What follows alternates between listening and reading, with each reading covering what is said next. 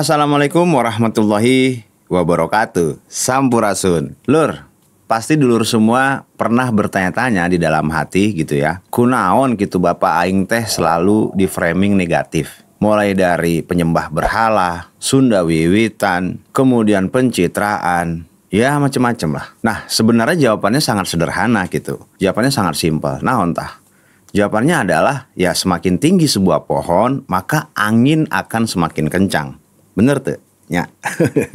Nah, cuman kan kieunya. Jadi seperti ini nih. Maksudnya perspektif angin itu sebenarnya bisa konotasinya bisa pengertiannya bisa positif, bisa negatif.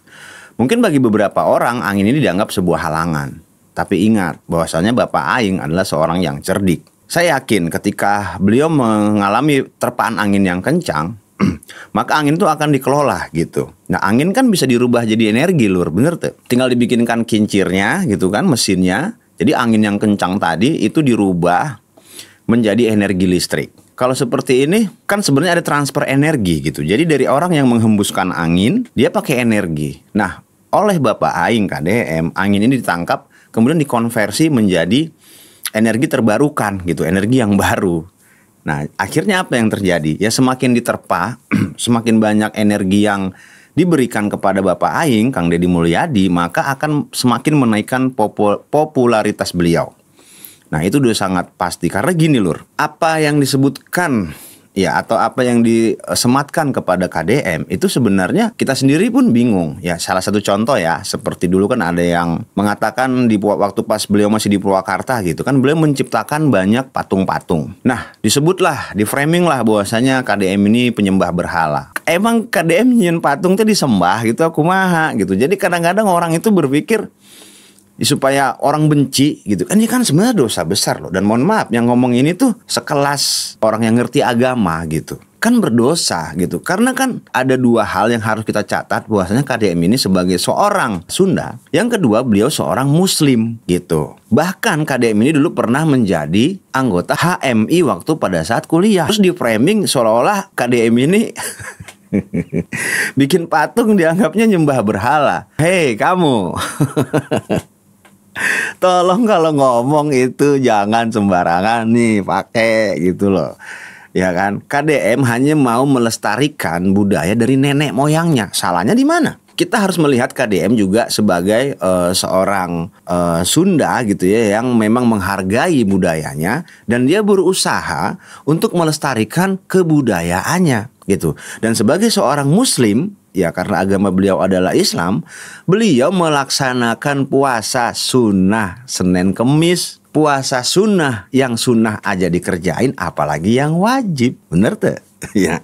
Logika nak kudu dipakai Bapak gitu. Ulah segala tiba ngomong teh asal sembarangan wae gitu. Lu kudu dipikirkan heula gitu loh. Takutnya gini ya, mungkin kalau kayak penonton-penonton channel ini terus kemudian kayak saya pribadi nggak ngaruh gitu kan. Mana mungkin gitu loh. Karena apa yang dilakukan KDM sebagai seorang Muslim, ya contoh nih ya, beliau kan sering membantu nih orang miskin, anak yatim, ya janda tua. Ini kan yang dilakukan oleh Nabi Muhammad, betul tidak? Bahkan menurut saya pribadi ini adalah implementasi dari Aro'aital ladzi yukadzibu biddin fajalikal ladzi yad'ul yatim wala yahudu ala tu'amil miskin. Ya kan? Orang yang mendustakan agama itu adalah orang yang cuek, yang nggak peduli, yang masa bodoh, yang bodoh amat sama anak yatim, sama orang miskin. Coba, masa orang penyembah berhala mau melakukan kayak gini? Nah, hati-hati. Jadi framing kayak gini tuh jangan didengerin.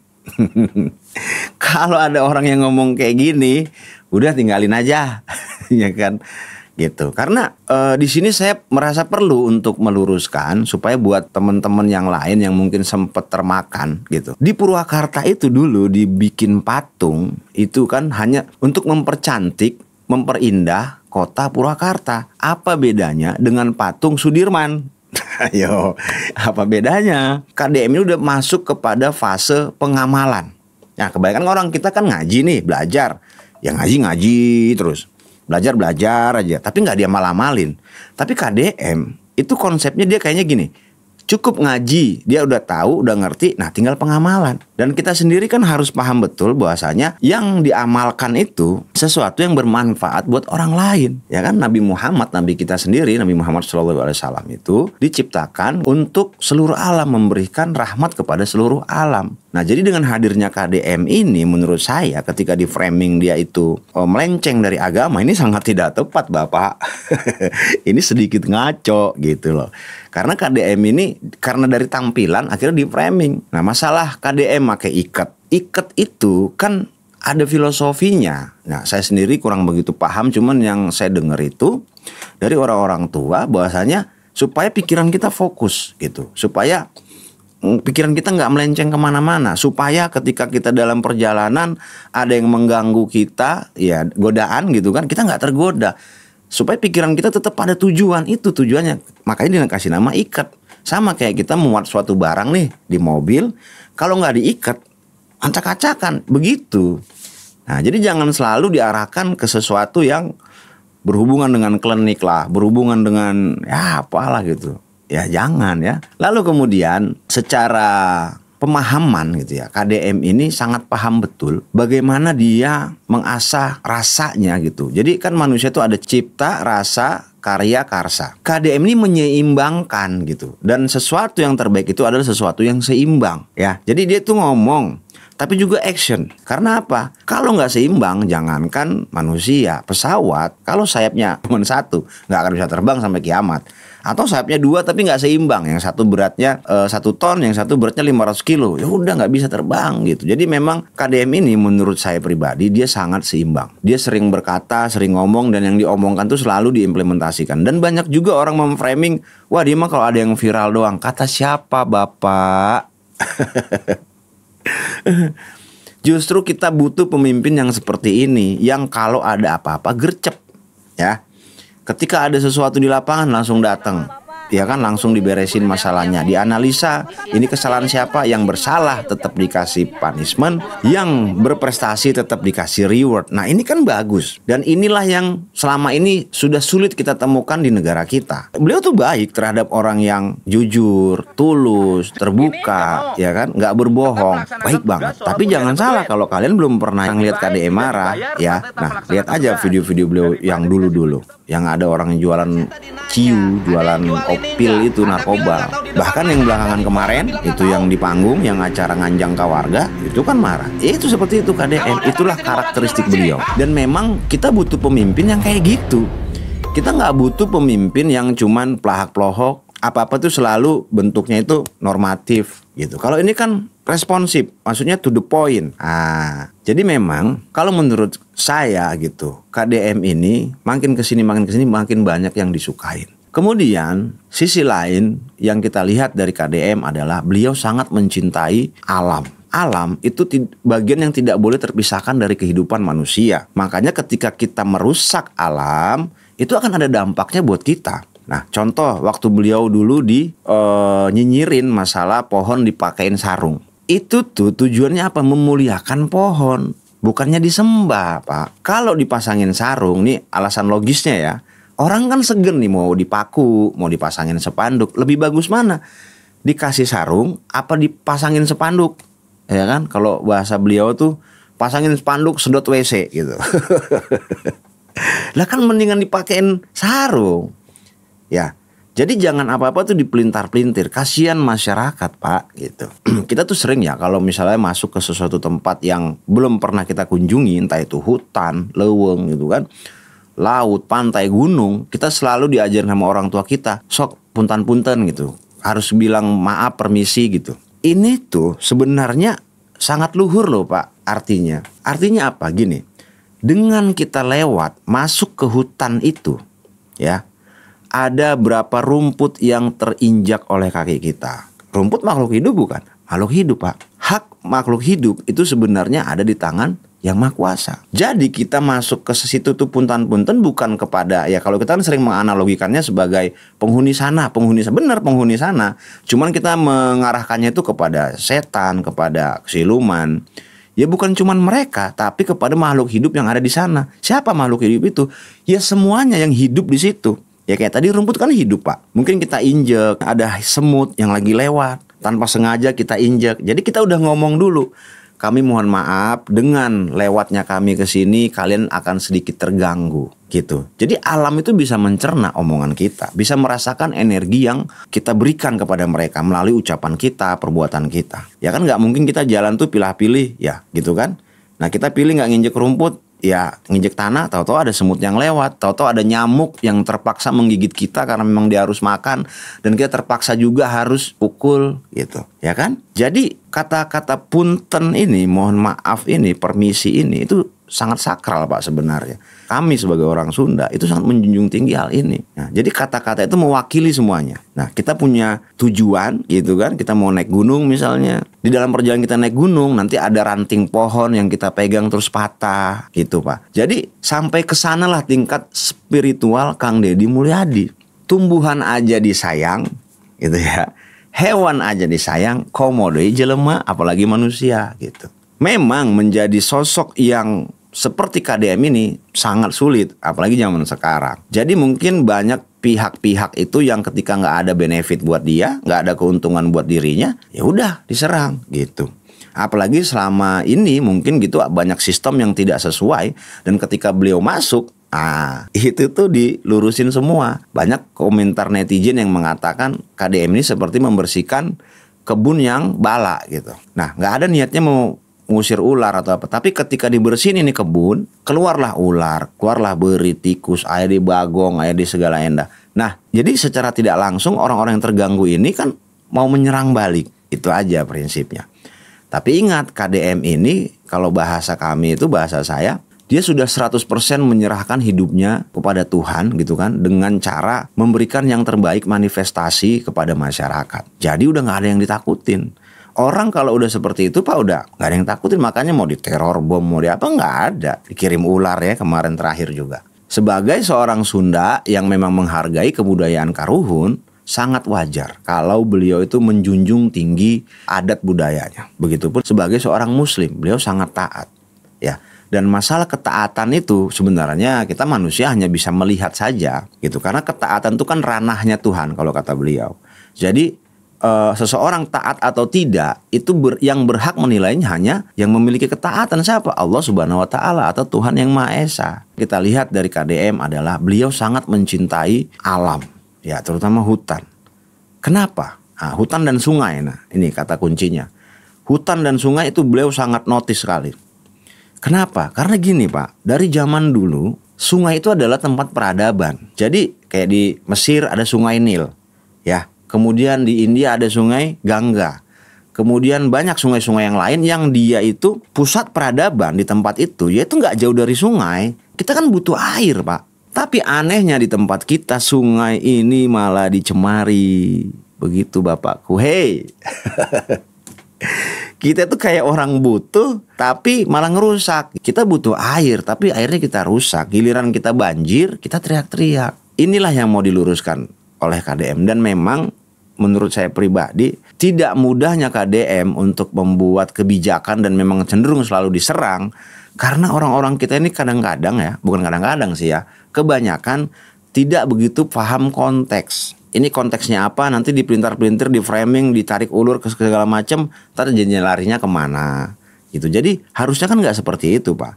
Kalau ada sebuah kebijakan, konteksnya seperti apa, kita harus tahu gitu, kita harus memahami. Tapi memang alhamdulillahnya warga Jawa Barat ya kan, malah ada beberapa warga dari yang wilayah lain tuh sangat mencintai Kang Deddy Mulyadi.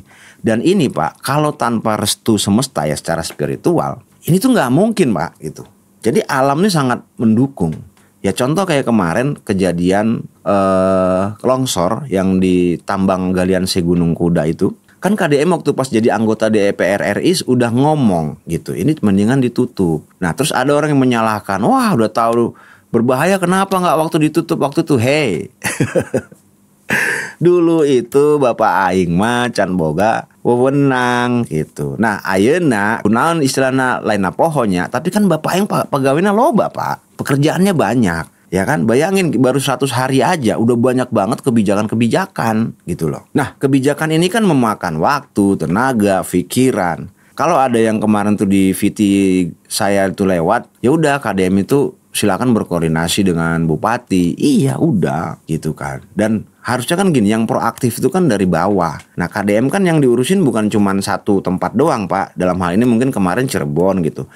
Di Jawa Barat itu banyak banget kabupaten-kabupaten. Ada Bekasi, ada Karawang, ada Purwakarta, ada Cianjur, Bogor, macam-macam. Ya kan? Ya jadi harusnya yang proaktif adalah dari sisi bupati ataupun wali kota, begitu Pak. Media sosial Bapak Eng itu selalu terbuka gitu buat warga. Nah asal di pension gitu kan, terus kemudian kita posting masalahnya apa, insya Allah pasti ditanggapi gitu Pak ya. Terus KDM juga sering di framing kalau semua itu adalah pencitraan. Kadang-kadang orang kita ini belum paham gitu antara pencitraan dengan yang real. Pencitraan itu kan gini Pak, sesuatu yang dibuat-buat, yang dibikin-bikin, nggak organik gitu. Tiba-tiba kalau asal ada disebutnya asal ada kamera aja, jadi kayak sesuatu yang disengaja terus dianggapnya pencitraan. Padahal nggak gitu Pak. Fungsi dari kamera itu bukan untuk membazing gitu ya, menggemakan dari apa yang dikerjakan, yang dibuat-buat, tidak Pak. Jadi fungsi dari kamera itu adalah satu, dokumentasi, itu udah pasti. Yang kedua, Bapak Aeng juga kan sebagai konten kreator gitu. Nah konten kreator ini pun sering dipelintir juga gitu loh. Mana ada sih Pak, biasanya orang kalau udah nyaman ya, Kang Deddy Mulyadi itu kan sudah nyaman sebenarnya secara finansial, secara relasi, koneksi. Beliau itu bukan orang sembarangan. Nah jadi kalau beliau mau cuek bisa aja. Cuman kan daina kamera ayah, media sosial ayah gitu kan. Kunaon atau timbang disut doang gitu. Ya kita lebih harus melihatnya kepada sisi manfaat yang disebarkan beliau melalui konten-konten kebaikan. Nah berapa banyak orang yang tersentuh hatinya. Berapa banyak orang yang tadi hatinya keras itu menjadi lunak. Berapa banyak orang yang tadinya durhaka sama ibu bapaknya, begitu melihat konten Kang Deddy tersadarkan.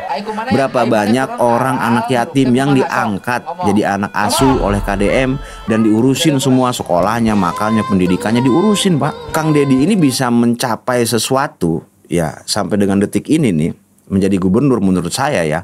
Itu tuh dari doa-doa orang yang pernah ditolong Pak. Jadi pas ditolong mereka berdoa kepada Allah. Dan doa orang miskin itu doa orang yang tulus Pak. Dan saya sangat salut kepada KDM karena apa? Beliau notice gitu, beliau tahu rumusnya uang itu adalah apa.